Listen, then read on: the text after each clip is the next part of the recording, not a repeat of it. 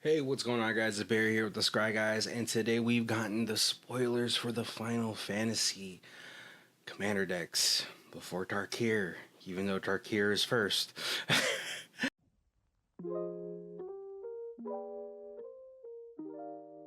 But I can't lie, pretty excited about it. Huge Final Fantasy fan since like Super Nintendo and all that stuff. So we're here.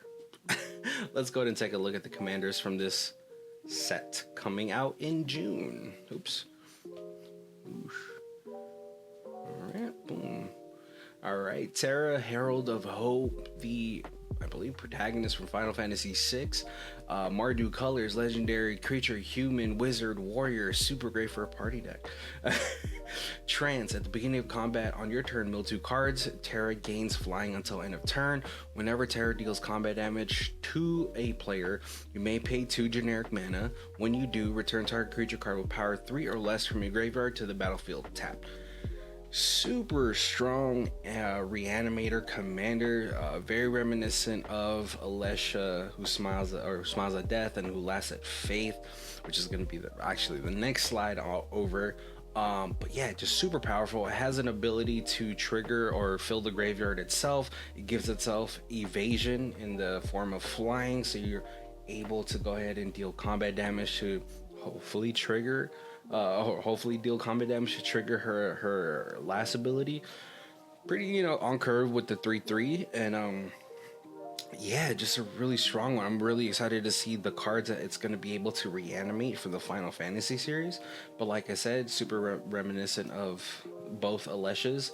One is going to be in the same color pie as Mardu, but it has a tighter restriction with the 2 Orzhov hybrid manas that you have to pay, and the restriction also with the power 2 or less from the graveyard tapped and attacking. So putting the creature it just reanimated in danger. And Alesha, who laughs at faith, missing the white from it, and also bearing that it only returns at the beginning of the end step, which means that Alesha could be removed prior to that, so I'm not too sure if that trigger still happens. Let me know in the comments if you guys know. But the upside is that the longer she stays on the battlefield, the bigger she gets, the bigger the things that she could reanimate. So yeah, very reminiscent of these two, but I'm really excited for Terra as like a Mardu commander. I always love playing Mardu. I think it's a fun color pie to play with, and a lot of strong creatures on there. Fun, I'm happy that there's a restriction on the reanimation where it has to be power 3 or less, and so it's going to be really interesting to see what people build around with that. Next, we have Titus. I believe a lot of people got into Final Fantasy X because of the more heavier lean on the love story, but Titus, or some people say Titus, I'm not gonna say that. Yuna's Guardian is a band commander, human warrior. At the beginning of combat in your turn, you may move a counter from target creature you control onto a second target creature you control, and it has cheer. Whenever one or more creatures you control with counters on them deal combat damage to a player, you may draw a card and proliferate. Super strong on the proliferate, and then but you only get to do this once each turn. So that means that any creatures that you control that deal combat damage to multiple players will not trigger 3 times, as far as I believe. It'll only trigger once, so it's not going to work out like a professional facebreaker or a grim hireling, where if you deal damage to 3 different players, those all trigger 3 separate times. This one will only trigger once, and I believe it's because of the proliferate. If you got to proliferate 3 times in one turn just from creatures attacking your opponents, probably going to be a pretty strong Super Friends type of deck, so you never know. But also, like, it's not a commander that enables itself, so it doesn't give any counters to your creatures to be able to move around or even buff up or whatever any of your creatures by itself. You need to actually build a deck around that, which I kind of appreciate. It's like how legendary creatures used to be, where you had to support the commander which made a lot more sense to me back then, or even now. I think it's great when the commander doesn't enable itself. You have to build around it to enable it. But because of the introduction, I believe in Ikoria, where we got to be able to have like trample counters, flying counters, death touch counters, and so on and so forth.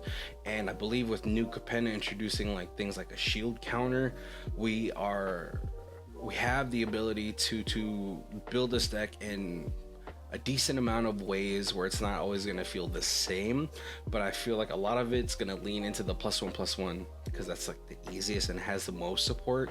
And you also have like creatures that give creatures with +1/+1 counters different abilities like unblockable and all that stuff. So really great there. I could picture people putting things like Glen Elendra, moving the -1/-1 counters onto like creatures you possibly don't need anymore. So you could always have a counter spell on board. I could also picture people putting Vigor in this guy. But also, one thing I do gotta say is I do like the first ability where you're moving counters around, because in Final Fantasy X you had a sphere system, so you would kind of customize each character. You can kind of build each character any way you want, so you can make mage characters like just hit for a ton if you just put all their stats into strength, which I always thought was really funny to do. So I think that's really cool. It kind of like the development team really looked into each character and how they kind of worked and like their systems, and tried to put it on the commander creatures.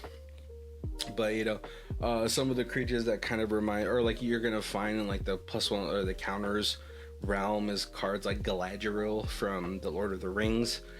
This one's a super strong commander, by the way. Whenever another creature enters the battlefield under your control, choose one that hasn't been chosen this turn. You can add 3 green, put a +1/+1 counter on each creature you control. Super strong. And then you can scry 2 and draw a card. Again, strong. And then just so like this one is more just to show like the counter, like the different kind of counters that you could do. But when Perry enters the battlefield, puts a shield counter on target creature, but it has a really cool other effect. Whenever he attacks, target creature you control gains trample and +X/+X until end of turn, where X is the number of different kind of counters among permanents you control. So that one is really cool because it also would count things like charge counters. It'll count things like loyalty counters and all that stuff. So yeah, like I think it's really cool. But I've never really been huge on Bant as a color pie, so it's not a lot of things are coming to mind for me on this one. But let me know if you guys are excited for the Titus deck. So next we have, I don't know, the Justin Timberlake of the Final Fantasy world, right? Everyone, even if you're not into Final Fantasy, you probably know Cloud and Sephiroth. But Cloud X Soldier is a 2 in Naya color creature, legendary creature. Human soldier mercenary, has haste. When Cloud enters, attach up to 1 target equipment you control, and then whenever Cloud attacks, draw a card for each attacking creature you control. Then if Cloud has power 7 or greater, create 2 treasure tokens, and it is a 4/4. So pretty on point with his kind of character. Super heavy into like the weapon system and all that stuff. I thought it would have been really cool to try to implement like the materia system into this character, but that would be a little too much. I think they went the safest route and just like, yeah, just give him a whole bunch of swords and he'll do cool stuff. But I think it's a great commander for Naya. It's a super aggressive color pie. You could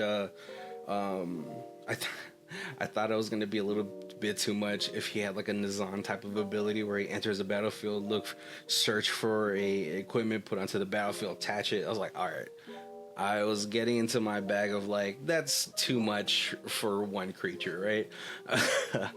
But no, yeah, it's super strong. You could probably utilize some equipments like Bloodforged Battle Axe, where it can make copies of itself, so you can have more creatures attacking and draw more cards, and then getting Cloud to 7 power or greater is going to be easy. You know, when you're using the fact that when it enters, it attaches a target equipment you control. You could equip those super cheap equipments that have super heavy equip costs onto them. Cheat that out, like the Captain America commander or Captain America legendary creature. I thought that would have been probably a little OP as well, if like at the beginning, instead of enters at the beginning of combat, attach equipment to it. But you know, you can't really have everything, right? But I'm really interested into seeing what his commander deck is gonna look like. Is it just gonna be a whole bunch of equipments? Is it gonna have the whole team on there from Final Fantasy VII? Same thoughts for the rest of the commander decks. Are they gonna have their entire like squad possibly in the commander deck, which, you know, would be really exciting to see. And some of the commanders that kind of remind me of Cloud is Wyleth, Solo Steel, and Dogmeat, Ever Loyal. Wyleth, a super strong Voltron commander. You know, it's Boros typically has a decently hard time drawing cards, and you know, if you just put a whole bunch of cheap Cheerio equipment onto Wyleth, drawing a whole bunch of cards, always keeping your hand full is really nice. And then Dogmeat, it lets us makes you mill 5 and then return it or equipment from your graveyard to your hand. But then whenever a creature you control that's enchanted or equipped attacks, create a junk token. So it also gives us some impulse draw. I believe that's what it's called. I always forget the type of draws things are called. So yeah, pretty strong color pies cards that you could possibly put in there if there isn't enough support, which I don't imagine there won't be. There should, right? And I believe the last one that we got spoiled on is Y'shtola. I don't know if I'm saying that right. I never played Final Fantasy 14.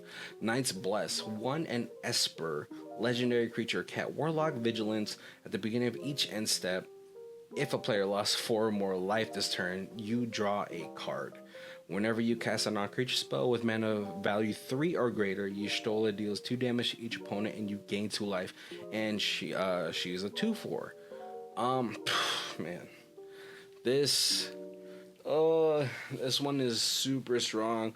Mainly for the fact that like her first ability happens at every end step, but it doesn't specify. It doesn't say if an opponent lost 4 or more life this turn, you draw a card. It just says if a player, including yourself, lost 4 or more life, you get to draw a card. So a really good draw engine ability on herself. And then if you're gonna go that route of like at the beginning or at every player's turn, you somehow try to lose 4 life yourself, you get to draw a card, and then when it gets back to your turn, you can go ahead and cast a whole bunch of like 3 or greater non-creature spells to drain everybody and then gain some life back. So really reminiscent of Oloro. Which, you know, a lot of people just do Esper good stuff with Oloro. You know, you gain life, you when it's on the battlefield, you go ahead and, you know, it's a draw engine for yourself.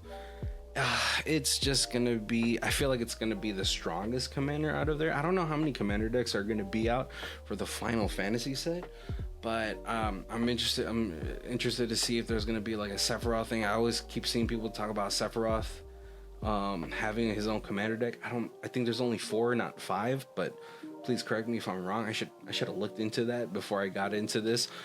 But yeah, Y'shtola is crazy strong. I like that they lean into the non-creature aspect of it, so very on point with her character, I believe, as a spell slinger. You know, but you can kind of go so many different ways with this commander. You know, you can go Esper enchantments, Esper artifacts, and then into the sorceries, right? Or even freaking planeswalkers and all that stuff. Battles. There's so many ways that you can go with this, but the ability to just draw cards on everybody's turn, the ability to drain everybody and gain life to make up for all that life you're gonna lose. You know, if you're gonna do it every turn, you're losing 12 life. You know, and to draw some cards, you need to be able to find a way to draw or gain more life with that, right? Or if you have a way to, you know, have Blood Chief Ascension type of effects where you can drain everybody for 2-4 life every turn. It's just gonna keep your it's gonna keep your hand full. It's gonna keep your hand full of answers, which, I mean, Esper is like this, I believe, the strongest kind of color pie for control, right? So but yeah, I'm pretty excited for all of these. I could already feel my wallet being lighter than it should be when this comes out. I'm saving right now to get these, and hopefully we'll be in a spot where we can go ahead and hold some sort of giveaway for you guys again. So but yeah, let me know what you guys think of the Final Fantasy reveals. Let me know who you guys are excited for, what characters you hope to see. I'm kind of sad that I didn't see anything from Final Fantasy 9, which is like one of my favorite Final Fantasy games. I just thought they really missed out on making Vivi a legendary creature or like a legendary commander. Or I don't know, not legendary creature that I could use as a commander. There you go. Whew. But let me know what you guys are excited about. All right, guys. Please like, comment, subscribe. Have a good one.